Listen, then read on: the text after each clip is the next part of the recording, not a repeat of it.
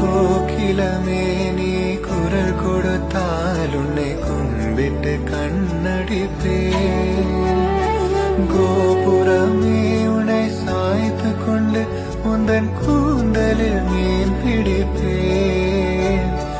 வெண்ணிலவே உன்னை தூங்க வைக்க உந்தன் விரலுக்கு சொடுக்கிடுப்பேன். வருட வரும் பூங்காற்றையெல்லாம் கொஞ்சம் படி கட்டி அனுப்பி வைப்பேன். என்